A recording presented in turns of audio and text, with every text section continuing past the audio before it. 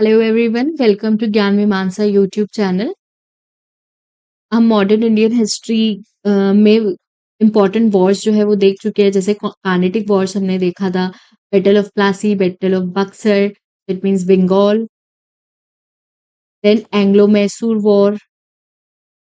ये सारी वॉर्स जो है, ये सारे जो बैटल्स है हमने देखे थे। और इस टाइम पीरियड पे हमने ये भी देखा था कि जो ब्रिटिश ईस्ट इंडिया कंपनी है वो स्ट्रांग बनती जा रही है। जो स्टेट है, सपोज मान लीजिए मैसूर था, बंगाल था, कार्नेटिक एरिया था, वहां पे जो कॉन्फ्लिक्ट थे उसको यूज करके ब्रिटिश ईस्ट इंडिया कंपनी बिगर पावर में हमें देखने को मिल रही थी। तो आज जो है हम एंग्लो मराठा वॉर्स देखेंगे कि ब्रिटिशर्स एंड मराठास के बीच में क्या प्रॉब्लम देखी गई।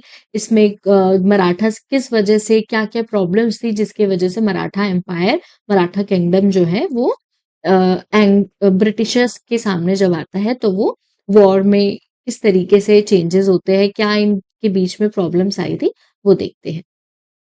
तो Maratha emerge as the largest power after fall of Mughal empire. Mughals के बाद मराठास जो थे वो लार्जेस्ट पावर देखने को मिले इंडिया में।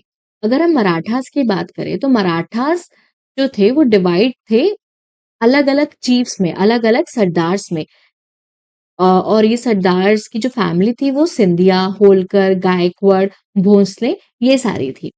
तो जो चीफ्स थे, सरदार्स थे, वो एक साथ आके पेशवा के अंडर काम करते थे। पेशवा कौन थे? पेशवा थे जो मिलिट्री एंड एडमिनिस्ट्रेटिव हेड थे, और इनका जो बेस था वो पुणे में था। क्योंकि धीरे धीरे जो मुगल खत्म होने के बाद जब मराठास लार्जेस्ट पावर बन चुके थे, मराठा किंगडम जो है स्प्रेड हो रहा था, उस टाइम पीरियड पे जो पेशवाज है, जो पेशवा है, उनकी भी मिलिट्री एंड एडमिनिस्ट्रेटिव पावर जो है इंक्रीज होती जा रही थी। After the defeat of Marathas at third battle of Panipat 1761 के बाद, जो end death of Peshwa Madhavrao one 1772 में, जब माधवराव वन की डेथ हो जाती है after third battle of Panipat, जो पेशवाज है एंड जो मराठा किंगडम है वो धीरे धीरे कमजोर होने लग जाता है। और अब जो है पेशवा, क्योंकि जो स्ट्रॉन्ग पेशवा था माधवराव वन जो थे वो स्ट्रॉन्ग पेशवा थे, जब इनकी डेथ हो जाती है तो धीरे धीरे पेशवा का जो कंट्रोल होता है, उनके जो कॉन्फिडेंसी के बीच में जो कंट्रोल होता है वो धीरे धीरे वीक पड़ता जाता है, और जो मराठास थे वो आपस में ही लड़ने लगते हैं फॉर द पावर। तो हम देखेंगे कि थर्ड बैटल ऑफ पानीपत के बाद मराठा की जो पॉलिटिकल पकड़ थी वो भी कमजोर हो रही थी, वो भी वीकेन हो रही थी। बट उसके साथ साथ जो पेशवा की फैमिलीज थे, जो मराठा में जो और चीफ्स थे, उनके बीच में भी जो है फाइट देखने को मिल रही थी। क्यों देखने को मिल रही थी? क्योंकि तब जो है, या फिर जो कोई भी फैमिली है वो पावर में आना चाहती थी और पेशवा बनना चाहती थी, तो इसके लिए उनके बीच में लड़ाई होती देखी जा रही थी। तो जो इंग्लिश थे, English British East India company, वो चाहते थे, जैसे English in Bombay wanted to establish government on the lines of arrangement made by Clive in Bengal, Bihar and Orissa. तो बंगाल में जिस तरीके से हुआ, बंगाल में जिस तरीके से power British East India company के पास आई थी, उसी तरीके से जो बॉम्बे प्रोविंस था उसमें भी सारी जो कंट्रोल, सारा जो पावर है, ब्रिटिश ईस्ट इंडिया कंपनी अपने अंडर लेके आना चाहती थी। तो इन्हीं सारे सिचुएशंस को देखते हुए तीन एंग्लो मराठा वॉर्स हम देखेंगे। अगर हम फर्स्ट एंग्लो मराठा वॉर की बात करें जो 1775 से 82 तक चली थी, उसके रीजन क्या थे, किस वजह से ये वॉर हुई थी? सबसे पहले हम देखेंगे डिस्प्यूट था कि कौन पेशवा बनेगा। पेशवा बनने के लिए लड़ाई थी किसके बीच में? माधवराव टू एंड उनके अंकल जो थे रघुनाथ राव, उनके बीच में ये लड़ाई थी। क्योंकि पेशवा जो माधवराव वन थे उनकी डेथ हो चुकी थी, तो अब दो कैंडिडेट थे, माधवराव सेकंड और रघुनाथ राव जो उनके अंकल थे। अ, इनके बीच में डिस्प्यूट था कि पेशवा कौन बनेगा। अब क्योंकि कॉन्फ्लिक्ट है, एक फैमिली के बीच में कॉन्फ्लिक्ट है कि पेशवा कौन बनेगा, कौन पावर में आएगा। तो ब्रिटिशर्स इस सिचुएशन का जो है बेनिफिट उठाते हैं और वो कहते हैं वो हेल्प जो रघुनाथ राव है वो ब्रिटिशर्स की हेल्प लेता है ताकि वो पेशवा बन सके या फिर पावर में आ सके। तो वो एक ट्रिटी साइन करते हैं, रघुनाथ और ब्रिटिश एक ट्रिटी साइन करते हैं, ट्रिटी ऑफ सूरत इन 1775, जिसके अंडर जो सेलिसिट एंड बेसिन था वो ब्रिटिशर्स को देने की बात होती है, और इसके बदले में जो ब्रिटिशर्स है वो रघुनाथ राव को सोल्जर्स या फिर आर्मी प्रोवाइड करें। तो ट्रिटी ऑफ सूरत में ये था। देखिए सिचुएशन क्या थी, डिस्प्यूट था दो लोगों के बीच में। रघुनाथ राव जो थे वो ब्रिटिश की हेल्प लेते हैं और ब्रिटिश हेल्प के बदले में उनसे टेरिटरी लेते हैं, और टेरिटरी के बदले में रघुनाथ राव को आर्मी या फिर सोल्जर्स प्रोवाइड करने की बात करते हैं। But treaty of Surat 1775 was condemned by the British Calcutta Council, and Colonel upon was sent to Pune, क्योंकि उस टाइम पीरियड पे बंगाल बहुत ज्यादा इम्पोर्टेंट और हम कह सकते हैं पावर में था बॉम्बे प्रोविंस से। तो द ट्रिटी ऑफ सूरत जो है कंडेम्ड हो जाती है ब्रिटिश कैलकाटा काउंसिल के थ्रू, और दूसरी ट्रिटी साइन होती है जिसका नाम है ट्रिटी ऑफ पुरंदर। जो ट्रिटी ऑफ सूरत था जो रघुनाथ राव और ब्रिटिशर्स के बीच में हुई थी वो कंडेम्ड हो जाती है। दूसरी treaty treaty of Purandar sign होती है। ट्रिटी ऑफ पुरंदर के अंदर क्या होता है, Raghunath was given the only pension and सेलिसिट was held on by the Britishers. जो रघुनाथ राव थे उनको सिर्फ पेंशन दिया जाएगा एक new treaty treaty of Purandar के अंदर, क्योंकि वो पेशवास के साथ कॉन्फ्लिक्ट में दिखाई दे रहे थे, और ब्रिटिशर्स और जो माधवराव सेकंड है जो मराठास एम्पायर है उनके बीच में ट्रिटी साइन होने के लिए कही गई थी। तो British establish at Bombay breach his treaty and protected Raghunath Rao, क्योंकि ट्रिटी ऑफ पुरंदर में कहा गया था कि रघुनाथ राव को कोई प्रोटेक्शन नहीं प्रोवाइड की जाएगी, सिर्फ उन्हें पेंशन दिया जाएगा। बट जो ब्रिटिश है वो रघुनाथ राव को रघुनाथ राव को प्रोटेक्ट करते हैं, और जो ट्रिटी ऑफ पुरंदर है उसे ब्रीच करते हैं। तो इन 1777 Nana Phadnavis violate his treaty with the Calcutta Council by guaranteeing French port on the west। तो यहाँ क्या होता है, जैसे ब्रिटिशर्स जो है वो रघुनाथ राव की हेल्प कर देते हैं, वैसे ही जो मराठा एम्पायर था, नाना फडणवीस थे उस टाइम पीरियड पे, वो भी वायलेट करते हैं इस ट्रिटी को, और फ्रेंच जो है फ्रेंच को पोर्ट वेस्ट पोर्ट जो है वो दे देते हैं। तो इस ट्रिटी ऑफ पुरंदर को दोनों ही वायलेट करते हैं, ब्रिटिशर्स भी एंड नाना फडणवीस भी, जिसकी वजह से क्या होता है, बैटल ऑफ वडगांव होता है नियर पुणे, और इसके अंडर जो मराठास है वो विनर साइड पे हो जाते हैं under Mahadji Shinde. It means जो मराठास है वो जीत जाते हैं बैटल ऑफ वडगांव में,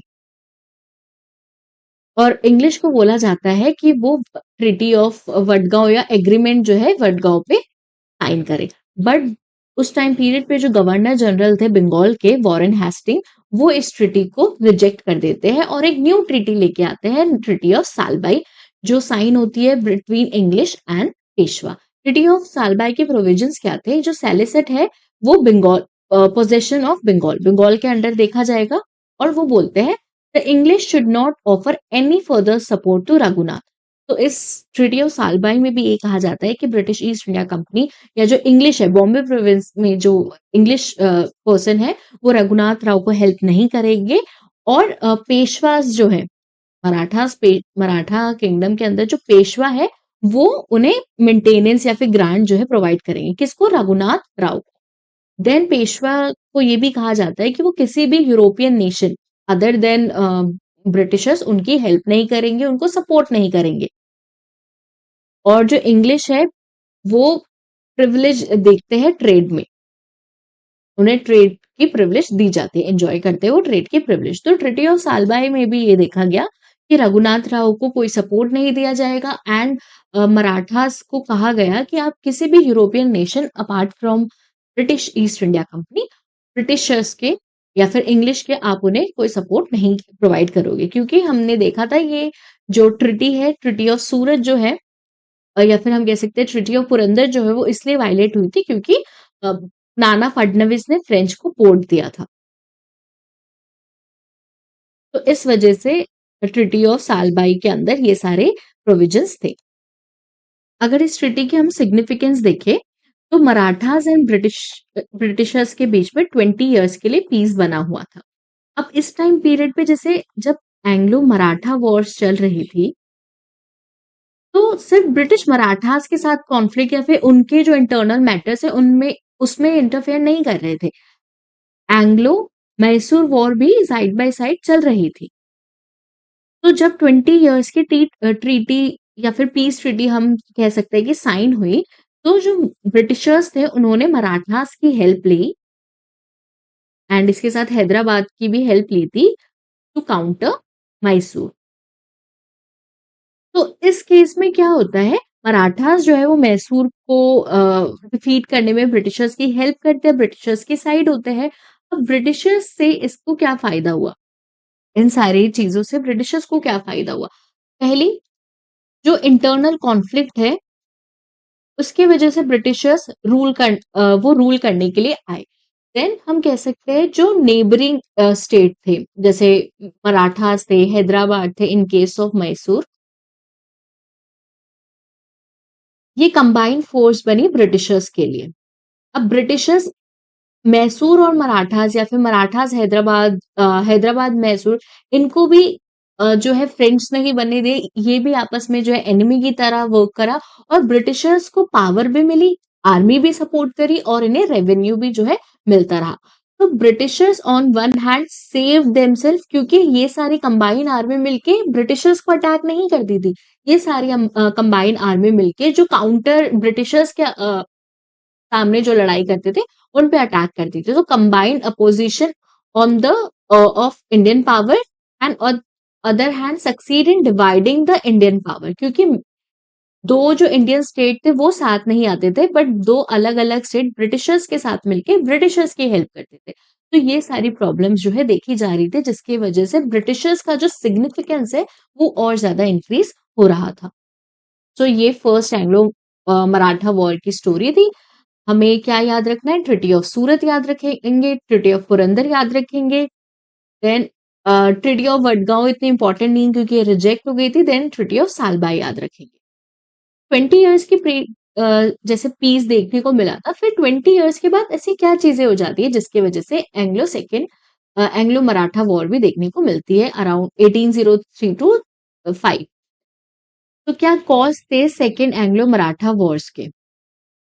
English interfering into Maratha affairs, they took advantage of internal conflict among Marathas. British क्या करते थे, ब्रिटिश देखते थे कि किसी स्टेट में इंटरनल कॉन्फ्लिक्ट है, वो उससे बेनिफिट कैसे उठा सकते थे ताकि हेल्प कर दे, हेल्प करके जो इंटरनल कॉन्फ्लिक्ट मैटर्स है उसमें इंटरफेयर करते थे, हेल्प करते थे और फिर बेनिफिट जो है उस कॉन्फ्लिक्ट से उठाते थे। तो डेथ ऑफ नाना फडनविस इन 1800, जो नाना फडणवीस थे एक इम्पॉर्टेंट पेशवा थे, स्ट्रॉन्ग पेशवा थे। जब इनकी डेथ हो जाती है तो ब्रिटिशर्स को लगता है कि उनके पास एक एज आ गया है जिससे वो मराठा एम्पायर को या पेशवा का डोमिनेंस कम कर सकते हैं और मराठा किंगडम, मराठा एम्पायर को एक्वायर कर सकते हैं। Then defeat of Peshwa Bajirao second and Scindia in battle of Poona against Holkar. तो दो जो इम्पोर्टेंट सरदार थे वो भी आपस में लड़ रहे थे जिसकी वजह से बैटल ऑफ पूना होती है। As a result Peshwa signed a treaty with English, treaty of बसेन।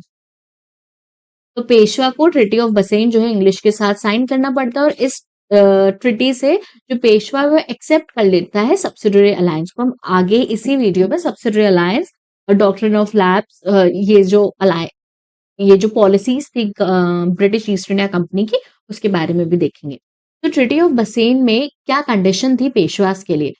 सबसे पहले उन्हें सूरत जो सिटी है उससे सरेंडर करना था। देन ब्रिटिशर्स ने बोला था कि आप कोई भी एम्प्लॉयमेंट जो है किसी भी यूरोपियन को नहीं दे सकते हो जो ब्रिटिश के अगेंस्ट है, ब्रिटिश से वॉर है जिसकी। ठीक है, देन वो बोलते हैं कि जो यूरोपियन इन्फेंट्री है या यूरोपियन जो आर्मी में है उसे अपनी टेरिटरी में, मान लीजिए मराठा एम्पायर है और उनकी टेरिटरी में जो ब्रिटिश आर्मी हो गया, ब्रिटिश इन्फेंट्री होगी, उसको जगह देनी पड़ेगी, परमानेंट स्टेशंस बनाने पड़ेंगे। परमानेंटली स्टेशंस जो है वो ब्रिटिश ईस्ट इंडिया कंपनी की मराठास की टेरिटरी के अंदर बनाने पड़ेंगे। तो ट्रीटी ऑफ बसेन में ये लिखा हुआ था। और भी कुछ मेजर ट्रीटीज हुई थी, जैसे treaty of Cambay established a subsidiary alliance between Gaikwad and the British. Treaty of Devgaon, Raghuji II Bhosle surrender, Berar, Katak accepted the subsidiary alliance. Treaty of Surji Anjgaon, Daulat Rao Sindhia ceded territory between Yamuna and Ganga and parts of Gujarat and Bundelkhand to Britishers. Treaty of Rajghat, Jaswant Rao Holkar accepted peace but retained most territory. War end. Then हम देखते हैं जो मराठा के important sardars थे, वो धीरे-धीरे subsidiary alliance sign कर रहे थे या फिर जो अपना लैंड है, वो ब्रिटिशर्स को दे रहे थे। तो इससे हम कह सकते हैं कि सेकंड एंग्लो मराठा वॉर के बाद सेकंड एंग्लो मराठा वॉर के बाद मराठास जो है, वो और ज़्यादा कमज़ोर हो रहे थे और ब्रिटिशर्स की जो पावर है, वो as a dominant power India में देखने को मिल रही थी। सेकेंड मराठा वॉर के बाद ब्रिटिशर्स ने ऑलमोस्ट मराठा एम्पायर को भी एक्वायर कर लिया था, क्योंकि बहुत सारे जो सरदार थे, चीफ्टेंस थे, उन्होंने सब्सिडियरी अलायंस को साइन कर लिया था। अब नेक्स्ट थर्ड एंग्लो वॉर क्यों होती है? 1 साल के लिए चलती है 1817 से 1819 के बीच में। अब जब ये सारी चीजें हो गई थी, सब्सिडियरी अलायंस साइन हो गई थी, तो क्यों थर्ड एंग्लो मराठा वॉर जो है देखने को मिलती है, ये देखेंगे। What was the cause for Third Anglo-Maratha War? Anarchy caused by Pindaris. सबसे पहले समझते पिंडारीज क्या थे। पिंडारीज मराठा चीफ्टेंस जो थे उनकी हेल्प करते थे। पिंडारीज इनके कोई रेगुलर सोल्जर्स नहीं थे जो सैलरी पे काम करते थे। पिंडारीज क्या करते थे, मान लीजिए मराठा चीफ्स है, उन्होंने किसी एरिया पर अटैक किया, वॉर करा, तो वॉर के बाद क्योंकि पिंडारीज उन्हें हेल्प करते थे वॉर में, तो पिंडारीज वॉर खत्म होने के बाद जब मराठा विनर साइड पे होते थे, तो इस एरिया को वो लूट लेते थे। तो ये इनका सोर्स ऑफ इनकम था। अब जैसे ही मराठास जो है, वो वीक पड़ गए, वो कोई अटैक नहीं कर रहे, कोई वॉर नहीं कर रहे आफ्टर ट्रीटी ऑफ बसेन, बहुत सारे चीफ्स ने जो है सब्सिडियरी अलायंस भी साइन कर दी थी। तो इन सारी चीज़ों की वज़ह से जो पिंडारीज़ थे, उनका सोर्स ऑफ इनकम बहुत कम हो चुका था। तो जगह-जगह पे लूटते थे। तो ये सारी चीज़ें जो है लॉर्ड हेस्टिंग को नहीं पसंद आ रही थी और वो पिंडारीज़ के अगेंस्ट एक्शन लेना चाहते थे। बट मराठास जो चीफ्स थे, स्पेशली पेशवा बाजीराव सेकंड जो थे, इस एक्ट को उन्होंने as a threat of sovereignty लिया। आफ्टर ट्रीटी ऑफ वसीन वैसे ही मराठास बहुत ज़्यादा वीक पड़ चुके थे, बट पिंडारीज़ पे अटैक उन्हें लगा कि उनके मराठा किंगडम की सोवरेनिटी पे अटैक है। क्योंकि उन्होंने सब्सिडियरी अलायंस भी साइन कर दी थी और उन्हें लगा कि पिंडारीज़ पे अटैक मतलब सोवरेनिटी पे अटैक हो चुका है और अब वो ब्रिटिशर्स के खिलाफ थे, क्योंकि उन्हें लगता था ब्रिटिशर्स अब उनके इंटरनल मैटर्स पे इंटरनल अफेयर्स पे इंटरफेयर कर रहे हैं। तो इसका रिजल्ट क्या हुआ, पेशवा बाजीराव सेकंड की forces supported by Madhuji second जो भोसले से थे, Bhosle of Nagpur, Malhar Holkar second of Indore, इन सब ने मिलके ब्रिटिश रेसिडेंसी पूना पर अटैक कर दिया। और इनके साथ जो के अलावा जो मराठा लीडर्स थे, उन्होंने भी ब्रिटिश पर अटैक करना स्टार्ट कर दिया।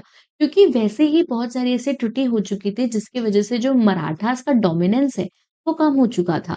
अब मराठास को जब लगा कि वो पिंडारीज पे अटैक कर रहे हैं, हमारी सोवरेनिटी पे अटैक कर रहे हैं, तो सारे मराठास फिर से साथ आए और उन्होंने ब्रिटिशर्स पर अटैक किया। बट इस अटैक में क्या होता है, मराठास डिफीट हो जाते हैं। तो on June 3rd, 1818, Peshwa surrendered and was captured and placed in small state of Bitur near Kanpur. तो पेशवा को क्या करते हैं, पेशवा जो है सरेंडर कर देते हैं। All Maratha power had surrender, जितने भी चीफ्स थे उन्होंने भी सरेंडर कर दिया था। तो पेशवा शिप वॉज अबॉलिश, जो पेशवा शिप थी जॉइंटली जॉइंट पेशवाशिप, इट मीन्स जो पेशवा थे उनकी जो अथॉरिटी थी वो अबॉलिश कर चुके थे। अब ब्रिटिशर्स के पास जो है पूरे इंडिया पे कंट्रोल था साउथ ऑफ सतलज की। अगर हम बात करें सतलज के साउथ में जितना भी एरिया था वो ब्रिटिशर्स के कंट्रोल में आ चुका था, क्योंकि उन्होंने कार्नेटिक एरिया अपने अंदर कर चुके थे, मराठास का एरिया अपने अंदर कर चुके थे, मैसूर जो इम्पोर्टेंट बिग लैंडमास था वो ब्रिटिशर्स के अंडर आ चुका था। तो the Peshwa's territory were absorb into Bombay presidency, क्योंकि Bombay presidency British East India company की थी। अब पेशवा की जितनी भी टेरिटरी थी मराठा एम्पायर के अंडर, वो सारी बॉम्बे प्रेसिडेंसी में आ चुकी थी और उन्होंने सारी टेरिटरी जो है पेशवा से छीन के या पेशवा से लेकर बॉम्बे प्रेसिडेंसी को दे दी थी। देन इसके बाद ट्रीटी ऑफ पूना होती है between East India company and Peshwa Bajirao. इसके बाद पूरे south territory from Narmada and north of Tungabhadra, सारी जो एरिया है वो ब्रिटिशर्स के अंडर आ जाती है। ट्रीटी ऑफ ग्वालियर भी होते हुए दिखता है।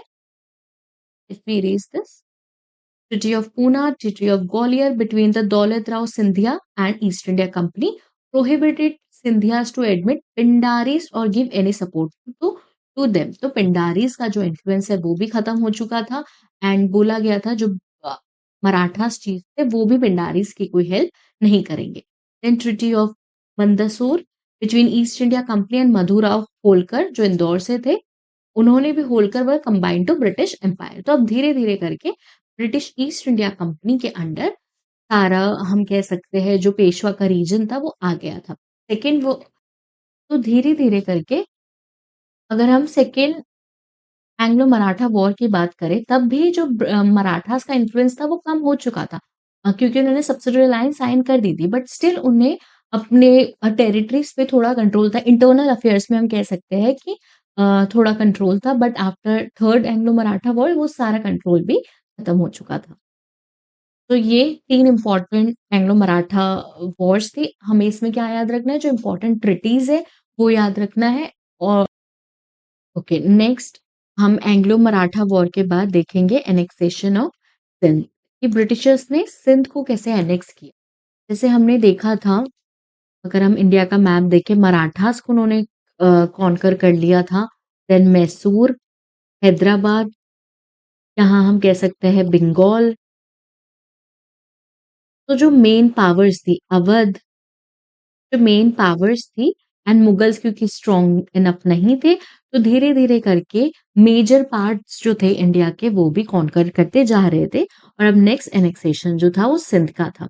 अगर हम 19th सेंचुरी की बात करें तो ब्रिटेन जो थे वो डरे हुए थे। क्यों डरे हुए थे? क्योंकि रशिया का एक्सपेंशन हो रहा था, रशियन एक्सपेंशन हो रहा था। तो ब्रिटिशर्स को डर था कि रशिया जब एक्सपेंशन कर रहा है वो टूवर्ड्स इंडिया ना आ जाए via central Asia and Afghanistan. तो वो चाहते थे कि वो इंडिया में ना आए, क्योंकि अगर इंडिया में रशियंस आएंगे, उनका एक्सपेंशन होगा, तो एक फॉरेन पावर आएगी जो इंडिया को कैप्चर करना चाहेगी। जो ब्रिटिशर्स ने टाइम पीरियड तक इंडिया को कैप्चर करा था धीरे धीरे करके, तो वो अनसक्सेसफुल हो जाएगा सारा। तो इसीलिए सिंध को एनेक्स करना ज़रूरी था ब्रिटिश ईस्ट इंडिया कंपनी के लिए, ताकि जो रूट है, जो क्रूशियल रूट है, उसे कंट्रोल कर सके। सिंध एंड अफ़गानिस्तान के एरिया को कंट्रोल करने की ज़रूरत थी ब्रिटिश ईस्ट इंडिया कंपनी को। तो ब्रिटिशर्स ने जो है फर्स्ट एंग्लो अफ़गान वॉर के टाइम पीरियड पे जो 1839 से 42 में चला था, सिंध जो था तलपर अमीर्स के अंदर था और अ, इनके साथ मिलके उन्होंने सिंध पर जो है ट्रीटीज़ साइन कराए, उन पे प्रेशर डाला और इवेंचुअली आगे चलकर उस पर एनेक्सेशन कर दिया। अगर हम सिंध की बात करें तो अकबर ने सबसे पहले एनेक्स करते हुए दिखे थे हमें 1591 में अंडर मुगल एम्पायर। देन 1701 1783 तक काल्होर डायनेस्टी का रूल था।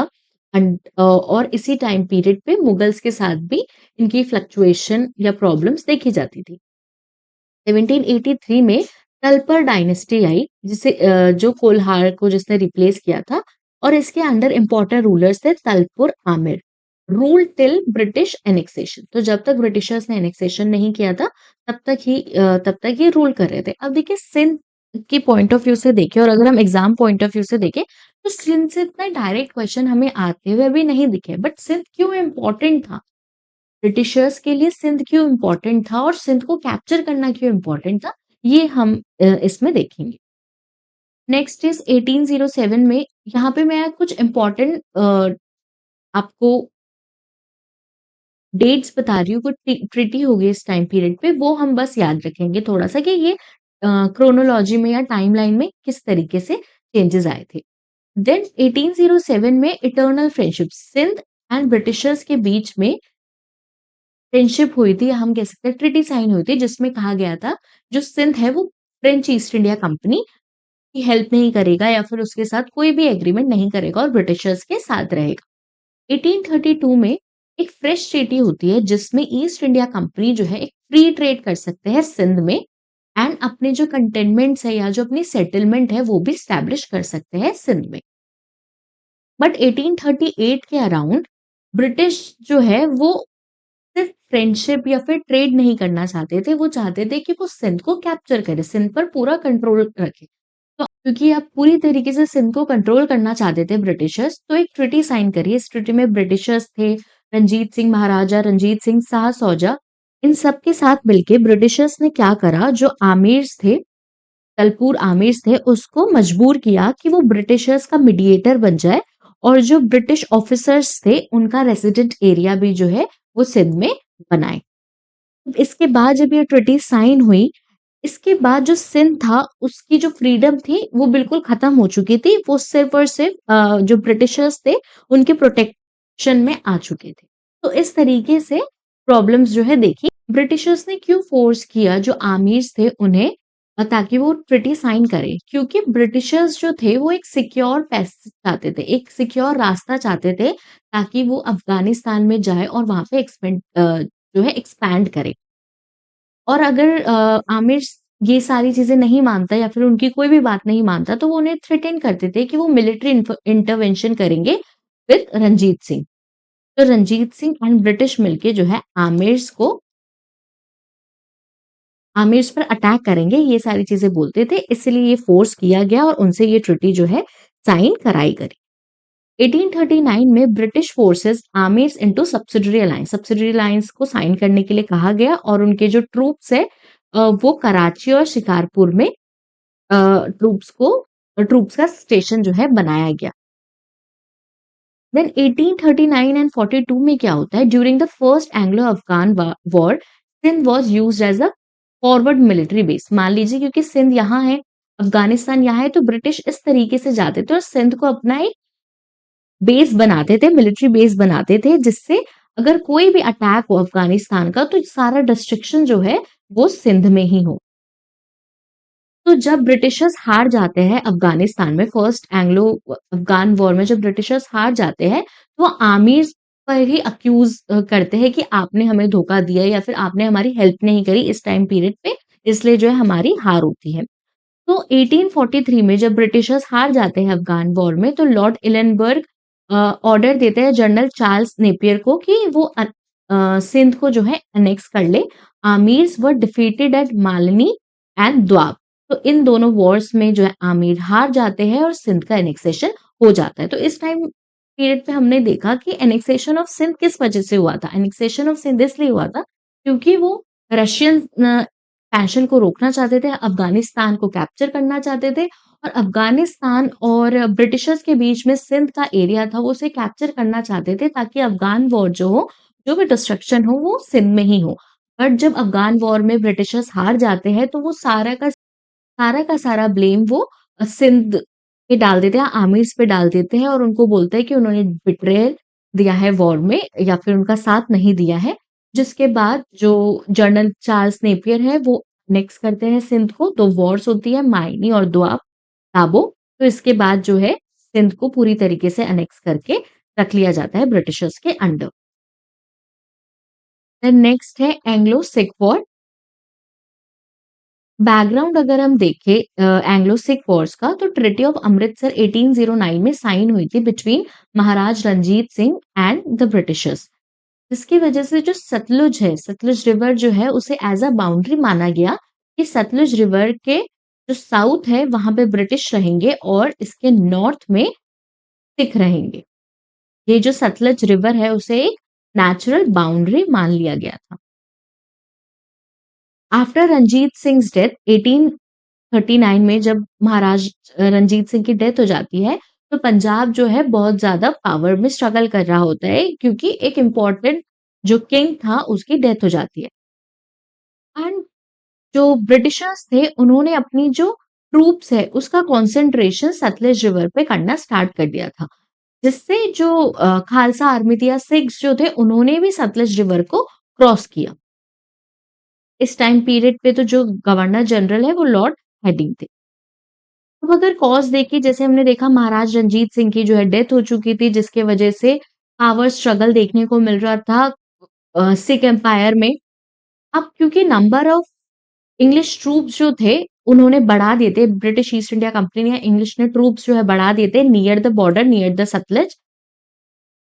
तो सिख आर्मी ने भी जो है रिवर्स सतलज को क्रॉस किया था 11 दिसंबर 1845 को, जिससे जो ब्रिटिशर्स थे वो जस्टिफाई कर चुके थे या जस्टिफाई करा कि हम डिक्लेयर कर रहे हैं वॉर, क्योंकि जो ट्रिटी ऑफ अमृतसर थी वो कह रहे थे कि इस ट्रिटी ऑफ अमृतसर जो है वो वायलेट हुई है क्योंकि सिख आर्मी ने रिवर को क्रॉस किया है, जिसकी वजह से इसका रिजल्ट क्या होता है, British captured Lahore and compelled Sikhs to sign treaty of Lahore in 1846। तो इट मीन्स जो फर्स्ट एंग्लो सिख वॉर है वो ब्रिटिशर्स या फिर इंग्लिश जीत चुके थे, जिसके बाद उन्होंने सिक्स के साथ एक ट्रिटी साइन की, treaty of Lahore. Treaty of Lahore में क्या था, वॉर एंडमिटी। जैसे मैंने आपको बताया था पहले की क्लासेस में भी कि जब ब्रिटिश किसी वॉर को लड़ती है और उसमें ब्रिटिशर्स जो है वो विनर साइड पे हो जाती है, तो जितना भी उनका नुकसान हुआ है वो जो हारी हुई दूसरी हम कह सकते हैं कि स्टेट है या फिर आर्मी है उससे लेते थे। तो more than 1 crore rupees was given to English. इस ट्रिटी में जो है ये कहा गया था। Then the Jalandhar Doab between Beas and Sutlej were annex to company's domain. तो पैसे भी दिए और जमीन भी दिए। A British resident was to establish at Lahore under Henry Lawrence. क्या करा, मनी उन्हें प्रोवाइड करा, लैंड दिया, देन ब्रिटिश रेसिडेंस जो था वो भी अब लाहौर में स्टैब्लिश करने की बात की under Henry Lawrence. The strength of Sikh army also reduce, और आर्मी जो भी है वो भी उसके नंबर्स भी जो है रिड्यूस करे। उस टाइम जो दलीप सिंह थे उस टाइम पीरियड पे काफी छोटे थे, अराउंड 1843 में वो सिर्फ 5 इयर्स के थे। तो इसलिए अंडर रानी जिंदल ही सिख एम्पायर जो है वो चला रहे थे। क्योंकि इनसे 1 करोड़ रुपीज मांगे थे, बट सिक्स जो थे उनके पास इतना पैसा नहीं था, तो वो वॉर इंडemnity जो है वो पे नहीं कर पाए। तो Kashmir including Jammu was sold to Gulab Singh. Gulab Singh को जो है कश्मीर जिसके साथ जम्मू भी इंक्लूड था वो सारा दे दिया गया था। बट इससे सिख आर्मी जो थी या फिर सिक्स जो थे, सिख किंगडम जो था वो खुश नहीं था। तो क्योंकि वो सेटिस्फाइड नहीं थे ट्रिटी ऑफ लाहौर से और स्पेसिफिकली कश्मीर के इशू से, क्योंकि वो ये देख रहे थे कि आर्मी भी जो है रिड्यूस करा दी, लैंड भी ले लिया, मनी भी हम दे रहे हैं, बट क्योंकि कुछ अमाउंट ऑफ मनी नहीं दे पाए तो उन्होंने हमारा या फिर जो कंप्लीट एरिया है, कश्मीर का पूरा कंप्लीट एरिया जो है वो गुलाब सिंह को सेल कर दिया। तो इस वजह से जो है रेबेलियन उठा या फिर हम कह सकते हैं सिख किंगडम जो है अगेंस्ट गए ब्रिटिशर्स के, तो इसलिए न्यू ट्रीटी लेके आए, क्योंकि ट्रीटी ऑफ लाहौर से खुश नहीं थे सिख किंगडम। बट जब न्यू ट्रीटी है, ट्रीटी ऑफ बायरोवल, ये ट्रीटी ऑफ लाहौर से भी ब्रूटल थी। जो ये न्यू ट्रीटी आई थी ये और ज्यादा जो थी ब्रूटल थी। इसमें जो रियल पावर थी वो ब्रिटिश रेसिडेंट के पास आ गई और लाहौर किंगडम जो है सिर्फ एक वेसल स्टेट की तरह देखा गया। तो हम कह सकते हैं कि ट्रीटी ऑफ लाहौर से भी ब्रूटल ट्रीटी ट्रीटी ऑफ बैरोवल थी। अगर हम देखें सेकेंड एंग्लो सिख वॉर क्यों हुआ था, हमने देखा कि ट्रीटी ऑफ लाहौर और ट्रीटी ऑफ बैरवल के बाद, let me right here, first जो एंग्लो सिख वॉर था उसकी जो ट्रिटीज थी वो बहुत ज्यादा ब्रूटल थी, जिसकी वजह से कोई भी सिख एम्पायर में खुश नहीं था। जब महाराज रंजीत सिंह थे, महाराज रंजीत सिंह उस टाइम पीरियड पे उन्होंने सतलज, क्योंकि एक ट्रिटी ऑफ सतलज साइन हुई थी जिसके बाद वो साउथ में नहीं एक्सपेंशन कर सकते थे, तो उन्होंने नॉर्थ में अदर पार्ट्स में एक्सपेंशन करना या एक्सपैंड करना स्टार्ट किया। तो मुल्तान, जगह का नाम है, देन कश्मीर एंड पेशवर। इन जगह पर जो महाराज रंजीत सिंह थे उन्होंने एक्सपेंशन किया और इन जगह पर उन्होंने गवर्नर्स जो थे वो अपॉइंट किए थे। ये बैक स्टोरी है। अब फर्स्ट एंग्लो सिख वॉर के बाद जो मुल्तान, याद रखेंगे, जो मुल्तान का गवर्नर थे, मुल्तान के जो गवर्नर थे जिनका नाम था दीवान मुलराज, मुलराज, मुल्तान के गवर्नर मुलराज जो थे, जो ब्रिटिश रेसिडेंस था, क्योंकि वहां पे अब अलाउ कर दिया था कि ब्रिटिश रेसिडेंस भी रहेंगे सिख एम्पायर में, तो उन्होंने मुलराज से डिमांड किया हाई रेवेन्यू का। तो Britisher demanded high revenue, high revenue, but Multaj ने पे करने से मना कर दिया, हाई रेवेन्यू पे करने से मना कर दिया। तो जो लाहौर रेसिडेंसी में ब्रिटिशर्स थे उन्होंने ये डिसाइड किया कि जो मुलराज है उसे हम रिप्लेस कर देंगे, मुलराज को रिप्लेस करेंगे। मुलराज को किससे रिप्लेस करेंगे? न्यू गवर्नर से। एंड इसी के साथ साथ 2 ब्रिटिश ऑफिसर्स भी जो है मुल्तान में एस्टैब्लिश होंगे या फिर वहां पे रहने जाएंगे। बट जब ये सारी चीजें पब्लिक तक पहुंचती है, सिख एम्पायर, सिख किंगडम के लोगों तक पहुंचती है, तो जैसे ही ये 2 British officers and new governor Multan की तरफ जाते हैं तो इन पर अटैक होता है।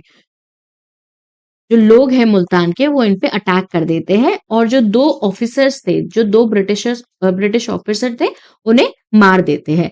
तो इस टाइम पीरियड पे ओपन रेबिलियंस देखा जा रहा था। ओपन रेबिलियंस किसके बीच में?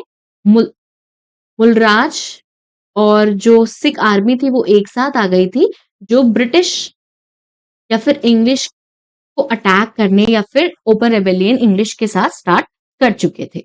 तो ये सारी स्टोरीज जो है या फिर हम कह सकते हैं बैक स्टोरी चल रही थी। इस टाइम पीरियड पे जो ब्रिटिश ईस्ट इंडिया कंपनी का गवर्नर जनरल थे लॉर्ड डलहौजी, उन्होंने अनेक्स्ट कर दिया पंजाब पर, अटैक कर दिया, एनेक्स कर दिया पंजाब पर। और इसके बाद से जो है second Anglo Sikh war start हो जाती है। इस पॉइंट ऑफ व्यू से हम कह सकते हैं कि स्टार्ट हो गई थी सेकेंड एंग्लो सिख वॉर। कुछ इंपॉर्टेंट बैटल्स होती है, battle of Ramnagar, battle of Chinnawal, battle of Gujarat, आज का गुजरात नहीं, उस टाइम पीरियड पे जो एरिया है वहां पे सिख एम्पायर था, सिख किंगडम था, वहां का गुजरात। बट इस वॉर से क्या होती है, जो ये छोटी छोटी वॉर्स हुई थी उसके बाद जो होती है सिख एम्पायर हार जाती है। सिख एम्पायर जो है या सिख आर्मी जो है वो सरेंडर कर देती है और पंजाब को पूरी तरीके से अनेक्स कर लेते हैं। और ये डिसाइड किया जाता है कि पंजाब को गवर्न करने के लिए 3 मेंबर बोर्ड बनाया जाएगा, 3 मेंबर बोर्ड। और इस बोर्ड में 3 मेंबर्स होंगे जो पंजाब को या फिर हम कह सकते हैं पूरा जो सिख किंगडम था उसे रेगुलेट करेंगे। बट अराउंड 1853 के अराउंड ही जो ये 3 मेंबर्स थे उन्हें रिमूव कर दिया गया था और जो पंजाब है वो चीफ कमिश्नर के अंदर आ गया था।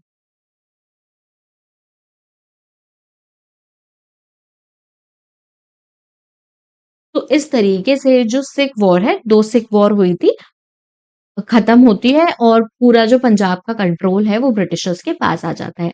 तो 2 सिख वॉर्स में भी हम देखते हैं क्या होता है कि फर्स्ट महाराज रंजीत सिंह की जो ट्रिटी ऑफ अमृतसर है उसे वायलेट करते हुए दिखाई देते हैं ब्रिटिशर्स अपने ट्रूप्स लगा के, जिस वजह से आर्मी जो है वो क्रॉस करती है सतलज और इसे वो मानते हैं कि ट्रिटी ऑफ अमृतसर को ब्रीच किया है। तो एक वॉर होती है, इस वॉर में जो है सिख आर्मी हार जाती है।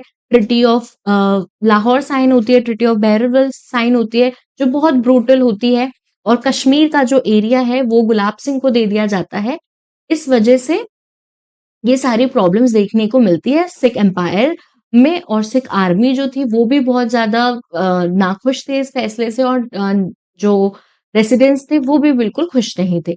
उसके बाद जब मुल्तान पे एनेक्सेशन या मुल्तान को कहा जाता है, मुल्तान के गवर्नर को कि आपको ज्यादा रेवेन्यू पे करना पड़ेगा, तो वहां से सेकेंड एंग्लो सिख वॉर की स्टार्टिंग जो है हम देखते हैं, जिसमें जो मुलराज थे, जो इम्पोर्टेंट गवर्नर थे, वो और जो सिख आर्मी थी वो एक साथ आते हैं और ब्रिटिशर्स के साथ लड़ाई करते हैं, अटैक करते हैं, जिसमें वह सिख आर्मी जो है सरेंडर कर देती है। फिर पंजाब का एनेक्सेशन जो है ब्रिटिशर्स के पास आ जाता है।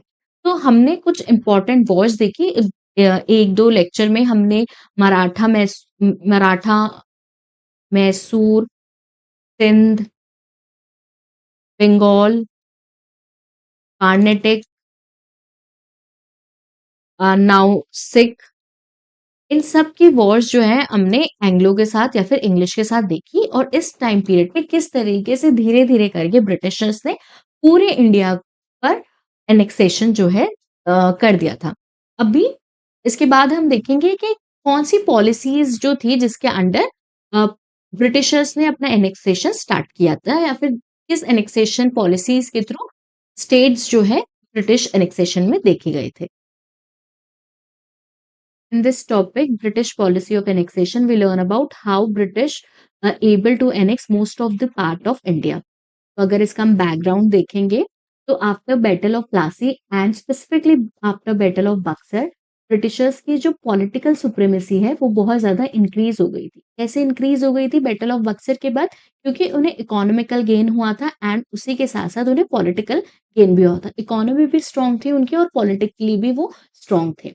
एंड उन्हें पता था कि जो इंडियन स्टेट्स है उनमें बहुत सारी प्रॉब्लम्स देखने को मिल रही है, जैसे इंटरनल कॉन्फ्लिक्ट। एग्जाम्पल के लिए हम मराठास की बात करें, मैसूर की बात करें, मराठा और मैसूर में इंटरनल कॉन्फ्लिक्ट्स बहुत ज्यादा थे, जिसकी वजह से और जिसका जो बेनिफिट है वो ब्रिटिशर्स ने उठाया, क्योंकि जो स्टेट्स थे वो अपने काउंटर स्टेट पे बिलीव नहीं करते थे, वो ब्रिटिशर्स का अलायंस लेना ज्यादा बेनिफिटेड और ज्यादा ट्रस्टवर्दी समझते थे। तो जब भी इंटरनल कॉन्फ्लिक्ट्स होते थे या एक्सटर्नल कॉन्फ्लिक्ट, एक्सटर्नल थ्रेट देखने को मिलता था काउंटर स्टेट से, तो वो ब्रिटिशर्स की हेल्प लेते थे। और ब्रिटिशर्स को पता था वो कैसे हेल्प करते थे, आर्मी से, स्ट्रैटेजी से, इन सारी चीजों से, या फिर कोई ट्रिटी साइन कर लिया, इससे वो अपने जो इंडियन स्टेट थे उनकी हेल्प करते थे। तो ब्रिटिशर्स को ये भी पता था कि अगर इंडिया पे कंट्रोल करना है, इंडिया को कॉन्कर करना है, तो जो इंडियन स्टेट के इंटरनल कॉन्फ्लिक्ट है उन्हें सॉल्व नहीं करना है, एंड जो उनके एक्सटर्नल थ्रेट है उसे बचाने के लिए ब्रिटिशर्स को ही आना है। तो ये पूरा बैकग्राउंड चल रहा था जब ब्रिटिशर्स एनेक्सेशन के लिए सोच रहे थे। बैटल ऑफ बक्सर या बंगाल को कंट्रोल करने के बाद रेस्ट ऑफ द इंडिया को भी उन्हें कंट्रोल करना था। तो हम देखेंगे कौन कौन सी पॉलिसीज जो है ब्रिटिशर्स ने अडॉप्ट की। फर्स्ट अगर हम देखें, ring of policy of ring fence, जो वॉरेन हेस्टिंग ने जो है स्टार्ट किया था।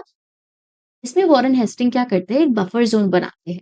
सपोज करिए ये जो स्टार है वो बंगाल है, और ये जो ग्रीन से डॉट है ये सारे बफर जोन्स है या बफर स्टेट है। अब इस टाइम पीरियड पे अगर हम देखेंगे तो मराठास बहुत स्ट्रांग थे, अफगान बहुत स्ट्रांग थे। तो अफगान और मराठास का जो कॉन्फ्लिक्ट है वो बंगाल तक सीधा ना पहुंचे, इसलिए उन्होंने एक बफर जोन्स जो है बनाए थे। बफर जोन्स क्या करता है, मान लीजिए जैसे अवध जो है उसे बफर स्टेट बनाया, बफर जोन बनाया, और यहाँ पे बंगाल था। अवध एंड बंगाल, अगर मैं एक मैप भी बना, let me change my pen, यहाँ अवध है और यहाँ बंगाल है। मान लीजिए अफगान्स जो है वो अटैक करते हैं, या फिर मराठास अगर अटैक करते हैं, वो सीधा बंगाल पे अटैक नहीं करेंगे। उन्हें अटैक करने से पहले अवध जो है एक बफर जोन की तरह काम करेगा, जो बंगाल सेफगार्ड हो जाएगा, जिससे बंगाल सेफगार्ड हो जाएगा, क्योंकि अवध में ही वो इस तरीके की आर्मी या फिर अपने जो इम्पोर्टेंट पर्सन्स है, आर्मी है, वो अवध में ही डिप्लॉय करके रखेगी, ताकि बंगाल जो है वो सेफगार्ड रहे। इससे क्या होगा कि जो अफगान एंड मराठास उस टाइम पीरियड पे इतने स्ट्रॉन्ग बन चुके थे, उससे बंगाल को अकेले, या फिर हम कह सकते हैं बंगाल डायरेक्ट वॉर जो है नहीं करेगा। तो इसलिए बफर जोन्स बनाए गए थे, जिससे डायरेक्ट वॉर्स जो है वो बच सके, स्पेसिफिकली बंगाल जो है वो डायरेक्ट वॉर से बच सके। इसके लिए ब्रिटिशर्स ने क्या प्रोवाइड किया, उन्होंने मिलिट्री एड प्रोवाइड की इन डायरेक्ट या फिर बफर जोन्स में, कि हम आपको मिलिट्री एड प्रोवाइड करेंगे, हम आर्मी भेजेंगे, जो भी नीड्स होगी वो फुलफिल करेंगे, ताकि कोई भी एक्सटर्नल थ्रेट हो डायरेक्ट वॉर करने आए से बचा जा सके। तो इस तरीके से ब्रिटिशर्स जो है अपने डिप्लोमेसी के थ्रू जो है इंडिया को कॉन्कर करते हुए चले, क्योंकि अवध को भी ऐसे लग रहा था कि ब्रिटिशर्स जो है उसकी हेल्प कर रहे हैं, ब्रिटिशर्स भी जो है उसकी हेल्प कर रहे हैं, मिलिट्री एड जो है उसे प्रोवाइड कर रहे हैं। देन नेक्स्ट अलायंस अगर हम देखें जिससे ब्रिटिशर्स ने इंडिया को कॉन्कर करा, वो थी सब्सिडरी अलायंस, जिससे लॉर्ड वेलेस्ली ने इंट्रोड्यूस करा था। बट जो ये टर्म है सब्सिडरी अलायंस, वो लॉर्ड वेलेस्ली का नहीं है, वो जो फ्रेंच गवर्नर थे ड्यूप्लेक्स, उन्होंने कॉइन किया था। तो अगर हम देखते हैं सब्सिडरी अलायंस में लॉर्ड वेलेस्ली क्या करना चाहते थे, वो अपना डोमिनेंस पॉलिटिकली भी एंड मिलिट्री भी एक्सपैंड करना चाहते थे, एंड जो फ्रेंच थे उसे भी काउंटर करना चाहते थे। इसमें उन्होंने इंडियन स्टेट्स को क्या बोला कि हम आपको फॉरेन थ्रेट से बचाएंगे और इंटरनल अपराइजिंग जो भी होगी उससे आपको प्रोटेक्शन प्रोवाइड करेंगे। इन सारे रीजन से ब्रिटिशर्स ने क्या करा, उन्होंने कोई भी अलायंस नहीं बनने दी, दो स्टेट के बीच में कोई अलायंस नहीं बनने दी, और जो इंटरनली अगर कोई कलेक्टिव पावर इमर्ज हो रही थी उसे भी वीकन करा, उसे भी जो है स्ट्रॉन्ग नहीं बनने दिया। अगर हम सब्सिडरी अलायंस के कुछ की फीचर्स देखें, तो जो इंडियन रूलर थे उन्हें मानना पड़ता ब्रिटिश ट्रूप्स का जो परमानेंट स्टेशन था उन्हें अपनी टेरिटरी में ही रखना था। मान लीजिए कि ये पूरी टेरिटरी है, तो कुछ पार्ट्स जो है वो ब्रिटिश ट्रूप्स के लिए ही परमानेंटली स्टेशन बनेंगे उनकी टेरिटरी में, जो सब्सिडरी अलायंस के अंडर आएंगे। देन जो भी मेंटेनेंस कॉस्ट होगा वो कौन बेयर करेगा, इंडियन रूलर। उन्हें अपनी जो मिलिट्री फोर्स है, जो खुद की मिलिट्री फोर्स है, उसे डिसबैंडेड करना पड़ेगा, उसे खत्म करना पड़ेगा, क्योंकि यहाँ पे अगर military British East India company की जो मिलिट्री है वो ही रहेगी, अगर ब्रिटिश ईस्ट इंडिया कंपनी की मिलिट्री भी रहेगी एंड जो स्टेट है या किंग है उसकी भी मिलिट्री रहेगी, तो इनके बीच में प्रॉब्लम क्रिएट हो सकती थी। तो ब्रिटिशर्स ने ये सारी चीजें या सब्सिडरी अलायंस में ये सारी चीजें बताई कि आपको जो स्टेट है उन्हें भी अपनी मिलिट्री फोर्स जो है डिसबैंड करनी पड़ेगी, और एक ही आर्मी रहेगी, एक ही मिलिट्री फोर्स रहेगी, वो होगी ब्रिटिशर्स की फोर्स। और उन्होंने अपने जितने भी कंट्रोल थे ओवर एक्सटर्नल अफेयर्स वो भी लूज कर दिए थे। एंड सब्सिडरी अलायंस में ये भी लिखा था, देन जो इंडियन रूलर्स थे they could not employ any European except British. यहाँ पे किसको काउंटर कर रहे थे, ब्रिटिश ईस्ट इंडिया कंपनी किसको काउंटर कर रही थी, French East India company. Then उन्होंने कहा था कि जो ब्रिटिश रेसिडेंट है वो इंडियन रूलर का जो कोर्ट रूम होगा वहां पे स्टेशन होगा, वहां पे जो है बनाया जाएगा। And British East India company ने क्या प्रॉमिस किया कि वो उनके इंटरनल जो अफेयर्स है इसमें कोई इंटरफेरेंस नहीं करेंगे, इंटरनल अफेयर्स में कोई इंटरफेरेंस नहीं करेंगे। बट सिर्फ ये बोलने की बात थी, क्योंकि ये जो प्रॉमिस था वो रेयरली ही जो है रखा गया था। इम्पोर्टेंट क्या है, इम्पोर्टेंट है ये सारे स्टेट्स, जैसे हैदराबाद है 1798 में फर्स्ट स्टेट था जिसने सब्सिडरी अलायंस को साइन किया। देन हाँ, मैसूर, मैसूर को फोर्थ एंग्लो मैसूर वॉर के बाद सब्सिडरी अलायंस जो है उन्होंने साइन करी थी। देन तंजौर, अवध, पेशवाज, बेरार, सिंधिया, गायकवाड़, होलकर, होलकर का अगर हम देखें तो इन्होंने थर्ड एंग्लो मराठा वॉर के बाद सब्सिडरी अलायंस साइन की थी। एंड फिर कुछ और इम्पोर्टेंट स्टेट्स जो थे, बेरार, जोधपुर, जयपुर, मेचरी, बूंदी, भरतपुर, इन्होंने भी 1818 तक सब्सिडरी अलायंस को साइन कर दिया था। देन नेक्स्ट था doctrine of lapse. Doctrine of lapse जो है वो लॉर्ड डलहौजी ने का कॉन्सेप्ट नहीं था, इससे पहले महाराज रंजीत सिंह हैं जो मराठास थे वो भी डॉक्ट्रिन ऑफ लैप्स को पहले यूज कर चुके थे। डॉक्ट्रिन ऑफ लैप्स में क्या था, if a ruler died without a natural male heir his kingdom would lapse to the company. तो इसका मतलब था कि अगर कोई किंग है और उसका कोई मेल हायर नहीं है, कोई सन नहीं है उसका, और इसकी डेथ हो जाती है, तो जो पूरा पावर है, जो पूरा किंगडम है, वो ब्रिटिश ईस्ट इंडिया कंपनी को चला जाएगा। ये इसका बेसिक मतलब है। तो इस टाइम पीरियड पे डॉक्ट्रिन ऑफ लैप्स जो है, जिसके अंडर 7 मेजर स्टेट्स आए थे। सत सतारा, संबलपुर, जयपुर, भगत, उदयपुर इन बुंदेलखंड, झांसी एंड नागपुर। एंड जो अवध है 1856 में आया था, बट ये लैप्स के वजह से नहीं आया था, मिस गवर्नेंस की वजह से जो है उस पे कंट्रोल रखा गया था। इससे पहले बफर जोन बनाया था, फिर बाद में से कंट्रोल कर लिया था। अब अब हमने पॉलिसीज भी कंप्लीट कर ली, तो एंग्लो वॉर्स जो थी वो भी कंप्लीट हो गई, एनेक्सेशन पॉलिसीज भी जो है हमने कंप्लीट कर ली। तो ब्रिटिशर्स ने किस तरीके से वॉर्स करी, एनेक्सेशन करा, ये सारी चीजें कंप्लीट हो गई है। आगे के लेक्चर्स में हम देखेंगे किस तरीके से और डेवलपमेंट जो है इंडिया में देखी गई। तो इस वीडियो के लिए इतना ही। If you like this video, please do share, like and subscribe to Gyan Mimansa YouTube channel. Thank you. Have a good day.